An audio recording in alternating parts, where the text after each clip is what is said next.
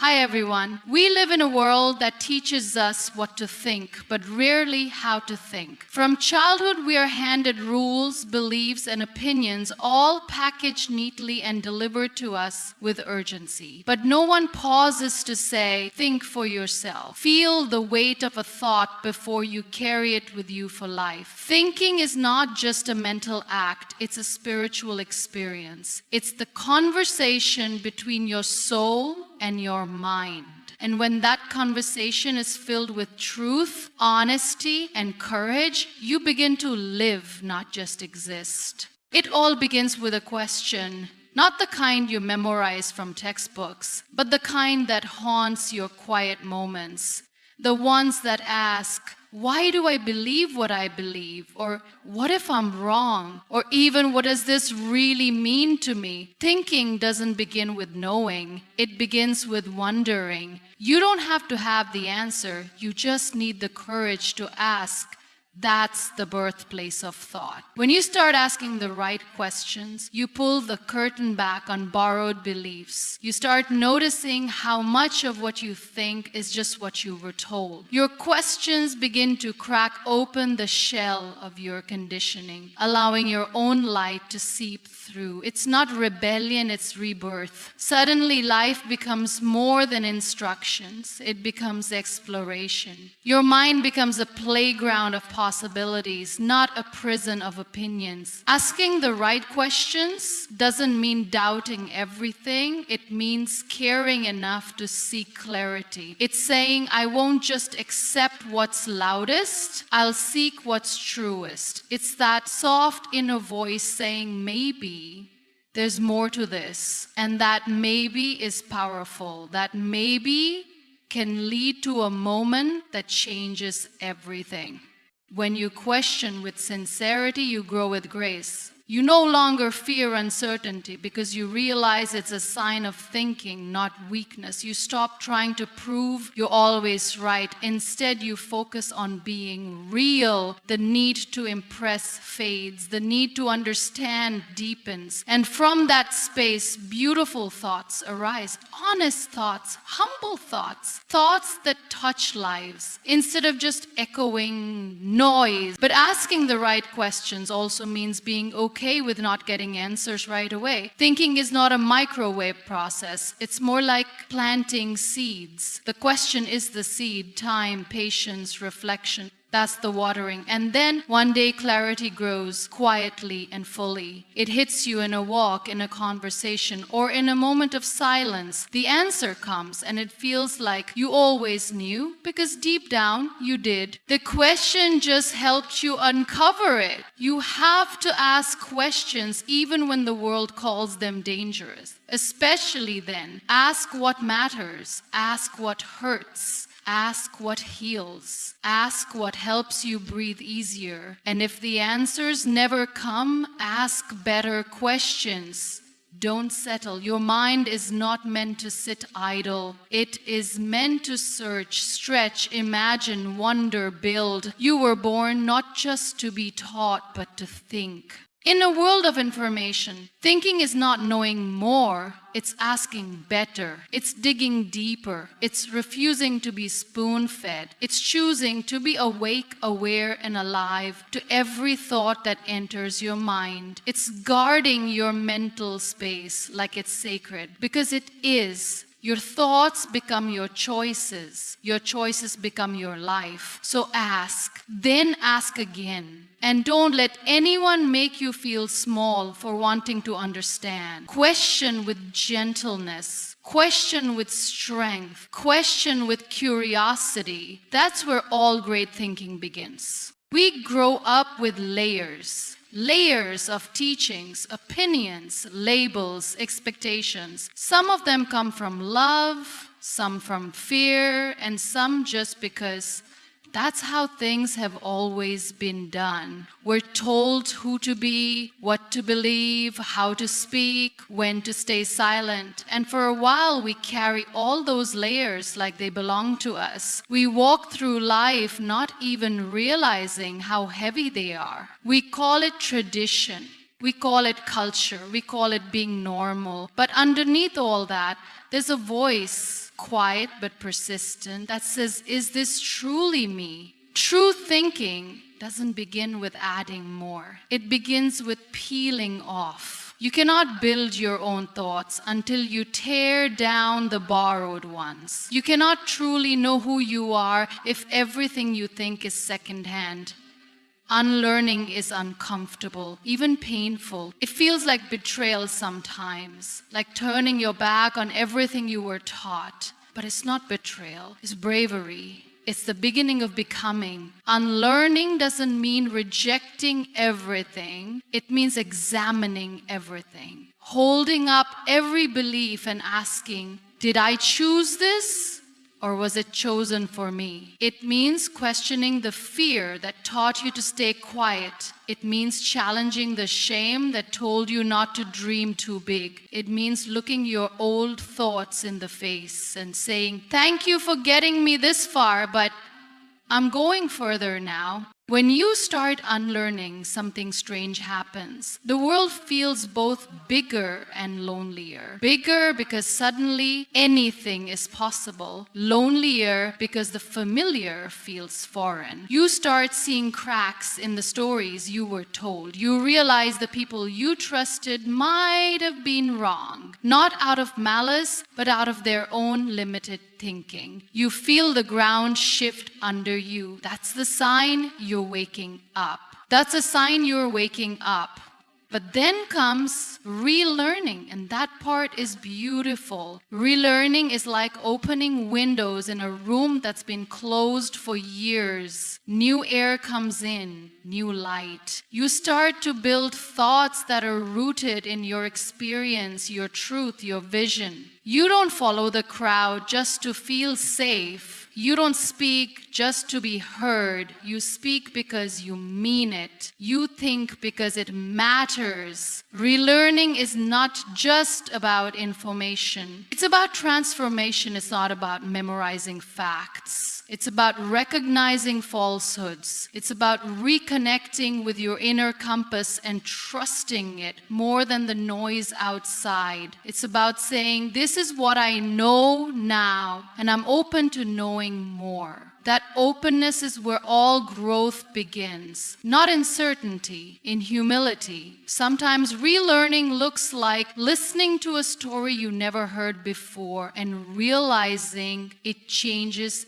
everything. Sometimes it's sitting with someone completely different from you and understanding life from their eyes. Sometimes it's reading a sentence and feeling your whole worldview tilt slightly. You begin to see that thinking isn't a destination, it's a journey. And you are allowed to change direction. The more you relearn, the less rigid you become. You stop clinging to being right. You stop needing to win arguments. You care more about understanding than impressing. You care more about peace than pride. You carry thoughts like a gardener carries seeds, with care, with patience, with hope. Unlearning and relearning are not once-in-a-lifetime events. They are lifelong habits. They are daily decisions to choose growth over comfort. Every time you outgrow a thought, you make space for a better one. And in doing so, you become more yourself than you've ever been. Silence is not empty, it's full of answers, waiting to be heard. In the quiet, the mind softens, the heart speaks, and the soul finally has room to stretch. But in today's world, silence is rare. We live in a constant hum of voices, opinions, alerts, news,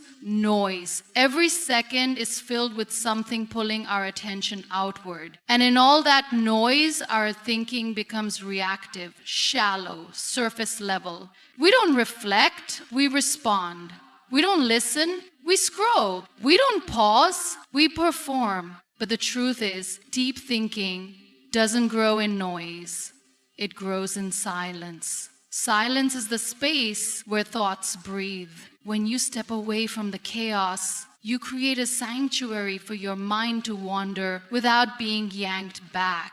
It's in that stillness that you notice things. The tension in your chest, the questions in your gut, the dreams you've buried under deadline. The silence doesn't judge you, it simply reveals you. It shows you what's real beneath all the distractions. Most people fear silence because it holds a mirror. In that mirror, you see the truth you've been avoiding. You see the guilt, the confusion, the unfinished thoughts. You see how much of your mind is on autopilot, following routines and beliefs without question. But if you can sit with that discomfort, if you can allow the silence to speak, something beautiful begins to unfold. You start thinking not just about what is, but about what could be. Your thoughts gain depth. Your questions become richer. Your answers grow roots. In silence, time changes. It slows down, it stretches, it becomes enough. You stop feeling rush, you stop needing to fill every second. And when you stop rushing, you start noticing. You notice the way a single idea evolves when you give it space. You notice how your emotions shift when you stop interrupting them. You notice how clarity arrives not like a thunderstorm, but like morning light. Slowly, gently, undeniably. Thinking born in silence is different. It's not reactive, not borrowed, not panicked. It's thoughtful, it's yours, it's shaped by stillness, not pressure. When you think in silence, you don't argue with yourself, you listen. You let ideas settle before you speak them. You let emotions soften before you act on them. You become the calm in the storm, not the one swept away by it. The people who change the world, who touch hearts, who move mountains, they all spend time in silence. Not just silence outside, but silence inside. They created space in their minds for vision to grow. They weren't afraid of being alone with their thoughts. They used the quiet to meet their truth face to face, because that's where all great thinking begins. Not in noise, not in applause, but in solitude. Maybe it doesn't matter where the silence comes from. Maybe it's a walk without your phone. Maybe it's a cup of tea with no conversation. Maybe it's 5 minutes of staring out a window. What matters is that you give your mind that pause, that breath, that still moment where it doesn't have to prove anything, perform anything, or process anything. It can just be. And in that being, deeper thinking begins. Silence is not passive, it's powerful. It is the soil where wise thoughts grow. It is the space where creativity dances. It is the bridge between what you know and what you could know if only you made room for it. Thinking in silence makes your words more meaningful, your decisions more intentional, your life more aligned with who you really are underneath it all. Approval is addictive. From the moment we're born, we are taught to seek it through grades, through likes, through claps, through smiles of others that tell us we're doing life right. And without even realizing it, our thoughts start to shape around what others want to hear, not what we truly believe. We become echo chambers, not thinkers. We mold ourselves to fit expectations, not to explore possibility. We think to be accepted, not to be awakened. But independent thinking doesn't grow in the soil of approval. It grows when you're willing to be different, even if it means standing alone. Letting go of approval doesn't mean becoming cold or careless. It means becoming honest. It means being more interested in truth than applause. It means having the courage to say, I see it differently, even when your voice shakes, because true thought is not a performance. It's a process, a journey inward, and that journey demands honesty over harmony. The desire to be liked is deeply human, but when it drives every thought, it becomes a trap. You start censoring your mind before a single word leaves your mouth. You shrink your opinions to fit into the comfort zones of others. You filter out your doubts, your insights, your boldness, just to keep things smooth. But nothing revolutionary ever came from smooth. Real thinking is rough, it's raw, it's disruptive, and it doesn't need validation to exist. When you stop chasing approval, you make space for clarity. Your mind starts working for your growth, not for your image. You stop bending your ideas to match the crowd, and you start building ideas that reflect your soul. You don't say what sounds right, you say what feels right. You don't fear being misunderstood. You welcome it as a sign that your thoughts are finally your own. The truth is, the crowd is often wrong. History proves it. The loudest voice is not always the wisest. The most liked idea is not always the truest. If you anchor your thinking to applause, your thoughts will be blown around like dust in the wind. But if you anchor your thinking to principle, to truth, to reflection, then even in silence you'll stand strong. And in that strength, you find peace. Independent thinking can be lonely. Sometimes people will laugh, sometimes they'll argue, sometimes they'll walk away. But what's lonelier than being surrounded by people who don't even know the real you? When you let go of the need to be approved, you invite the right kind of people, the ones who respect your mind, not just your manners. You don't have to agree with everyone. You just have to be real with yourself. Every thinker who left a mark on the world had to risk being misunderstood. They had to walk through seasons of criticism, confusion, even rejection. But they kept walking because their loyalty was to truth, not to trend. They weren't thinking to impress. They were thinking to understand, to solve, to heal, to change. And they knew that meant letting go of being liked all the time. Your mind is not a billboard, it's a battlefield.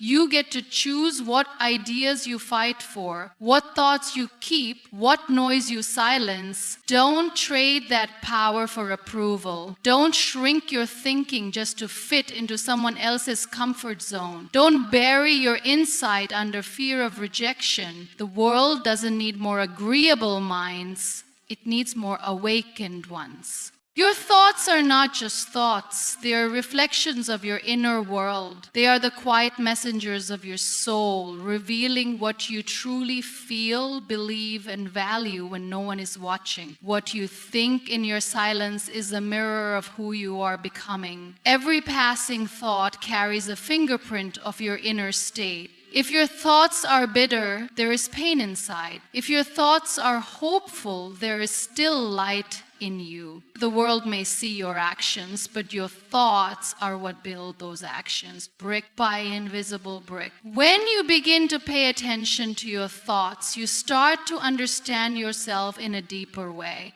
Not the version of you that you show to others, but the version that exists behind your eyes. The one that speaks when you're alone. The one that questions quietly. The one that dreams without fear. That inner version of you, that's the one creating your reality. Your thoughts guide your choices, and your choices shape your life. This is not philosophy, it's daily truth. What you think, you become. Many people walk around disconnected from their thoughts. They think on autopilot, recycling opinions, fears, assumptions they never even chose. But when you start to look inward, when you begin to truly notice what's running through your mind, you take back control. You stop letting your past write your future. You stop letting the loudness of the world drown out your own voice. You realize that every single day you are shaping your reality from the inside out.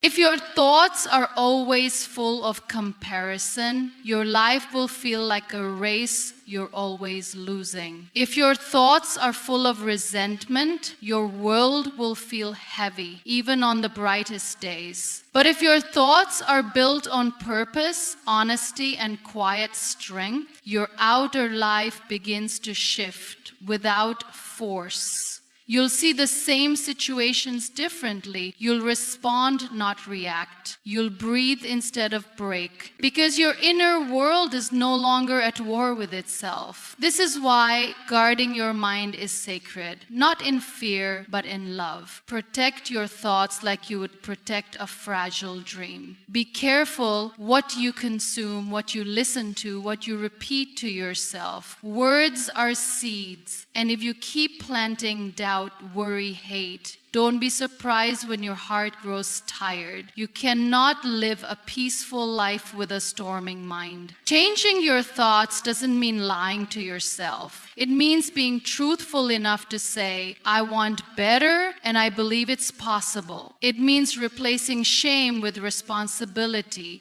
blame with learning, fear with curiosity. It means seeing your thoughts as tools, not chains. You are not your worst thought.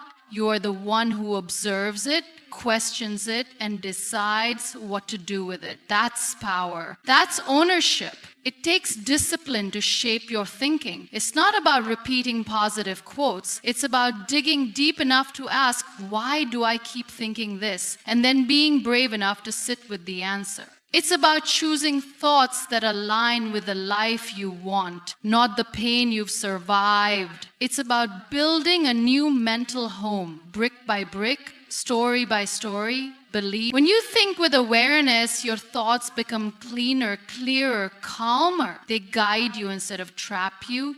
They lift you instead of weigh you down. They become reflections of healing, not hurt.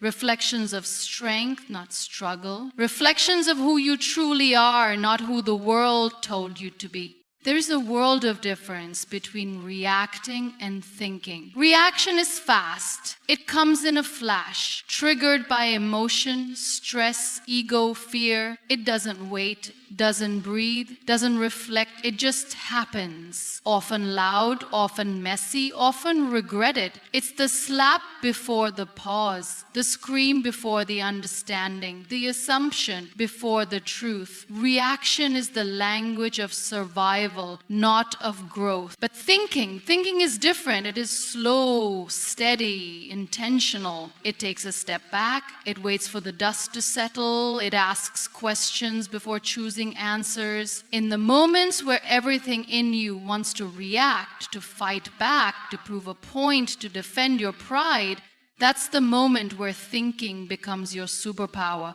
To stop and say, what's really happening here? To ask, is this worth my energy? Or what will this choice cost me later? That pause is where strength lives. Anyone can react. It takes wisdom to respond. Thinking gives you the space between trigger and choice. It gives you the ability to choose your tone, your timing, your words, your silence. It's not weakness, it's control. Not the control of others, but the control of self. Reaction throws fuel on fire. The thinking builds bridges across it. When you think before you act, you don't suppress your emotion, you understand it. You don't deny your anger, you give it direction. So many relationships are destroyed by reaction, so many opportunities missed, moments ruined, peace stolen, all because there was no pause, no thought. Just the rush to say something, to win the argument, to protect the ego. But when you start choosing to think instead of react, you begin to lead your life instead of being led by it. You become the author of your response, not the puppet of your mood. Thinking slows you down in the best way. It teaches you that not everything needs an answer right now. Not every challenge needs a fight. Not every insult needs a reply. It reminds you that you are not a machine. You are a human being with the ability to pause, reflect, and choose differently. That choice is what separates the wise from the impulsive, the grounded from the chaotic. To think instead of react doesn't mean you don't feel deeply. It means you feel deeply and still choose wisely. It means you let your heart have a voice, but not the only vote. It means you consider the impact of your words before you throw them into the world like sharp stones. It means you value peace more than pride, clarity more than chaos, connection more than control. There's nothing soft about thinking. It's not passive. It's powerful. It's a kind of strength that doesn't need to shout to be heard. It listens first. It observes. It reflects. It waits for the right moment to move. And when it does, it moves with precision, not panic. That kind of thinking creates less regret, more understanding, less drama, more growth. The mind that thinks before it acts becomes a home for wisdom. It becomes a place where thoughts are chosen like seeds, not scattered wildly but planted with care. And from those seeds, better conversations grow, healthier decisions grow, deeper peace grows. Thinking over reacting isn't just a strategy. It's a mindset, a way of living, a quiet revolution in a world that moves too fast.